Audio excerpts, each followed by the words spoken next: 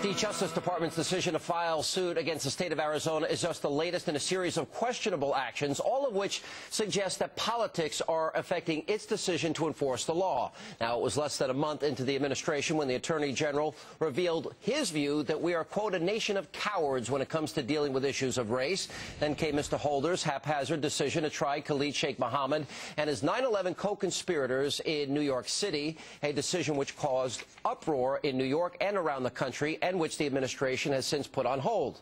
Not long after, a whistleblower accused Mr. Holder's Justice Department of dropping the voter intimidation case against the new Black Panther Party for bogus reasons. He also suggested that the DOJ refuses to prosecute cases in which the victims were white and the perpetrators were black. And now we're seeing the fruits of the Justice Department's lawsuit against Arizona. Now, we know Mr. Holder opposed Arizona's immigration law before he took the time to read it, so it's not off base to ask if the decision to file the lawsuit was politically driven. And joining me now with reaction to the growing concerns over the DOJ is the author of the New York Times bestseller, Culture of Corruption. Michelle Malkin is back with us. All right, Michelle. It seems pretty transparent, obvious to me. Politics is playing a part of the Department of Justice. What does it mean for the American people?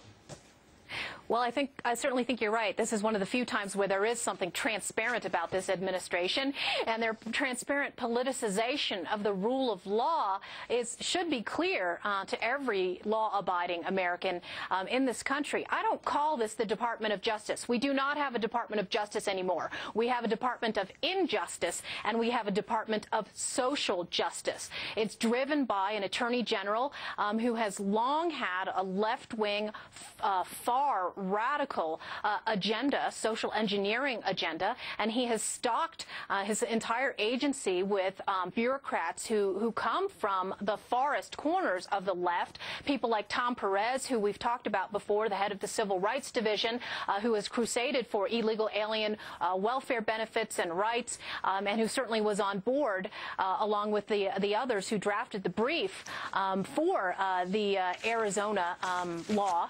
And then you talked about the new Black Panther Party. And I think that this is particularly concerning with regard to the integrity of the electoral process and voting rights. It's not just the Panthers' case where they've shown this propensity to turn their noses at protecting voter rights in certain cases. And they've meddled with the state of Georgia, which wanted to tighten its citizenship eligibility for voting rights, and basically told them they couldn't do it. Let me ask through this prism. There's got to be a motivation. Now, you're saying it's social justice. So you think this is, because there's got to be an agenda here. Obviously, something's in play. When you talk about issues involving race, these are, for obvious reasons, highly sensitive issues. What do you think, then? What have you concluded the agenda is? Well, with regard to race, of course, I think they see institutional racism as some sort of immoral sin that still needs to be cleansed, and they see their roles not as protecting equal justice under the law, but favoring or disfavoring certain political groups for their own long-term ideological and electoral gain. And that certainly is true with the immigration issue as well.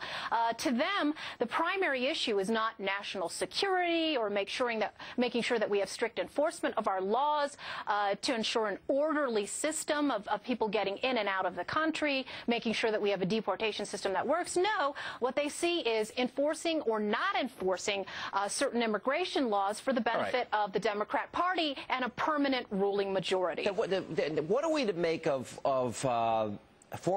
the former head of the Civil Rights Commission, Mary Frances Berry? She acknowledged, and her statement was, that the Obama administration has taken to polarizing America around the issue of race as a means of diverting attention away from other issues. And the exact quote is, you know, the charge of racism is proving to be an effective strategy for Democrats. Having one's opponent rebut charges of racism is far better than discussing joblessness.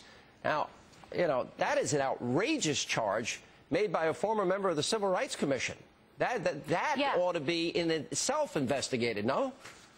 Yeah, no question about it. And yeah, that is quite an indictment.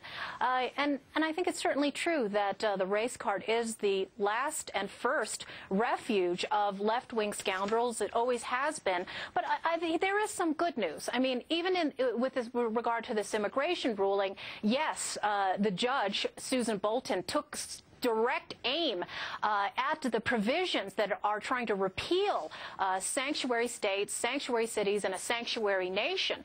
But a lot of it did get through, and I think it should be encouraging to citizens all across this country to try and rise up and do what Arizona did, take matters into their own hands and not be deterred by the racial demagoguery that is embraced by the Democrat Party and the people at 1600 Pennsylvania Avenue. All right, but you know, it's going to be interesting because obviously this president doesn't have any problem going against the will of the American people. It's supposed to be government of, by, for the people. I've made this case for a long time, but it seems like on issues involving national security, immigration, health care, when you look at the polls and where the American people are, this president is willing to go against the will of the people. So the question is, and apparently they're popping champagne corks in the White House tonight as a result of this decision.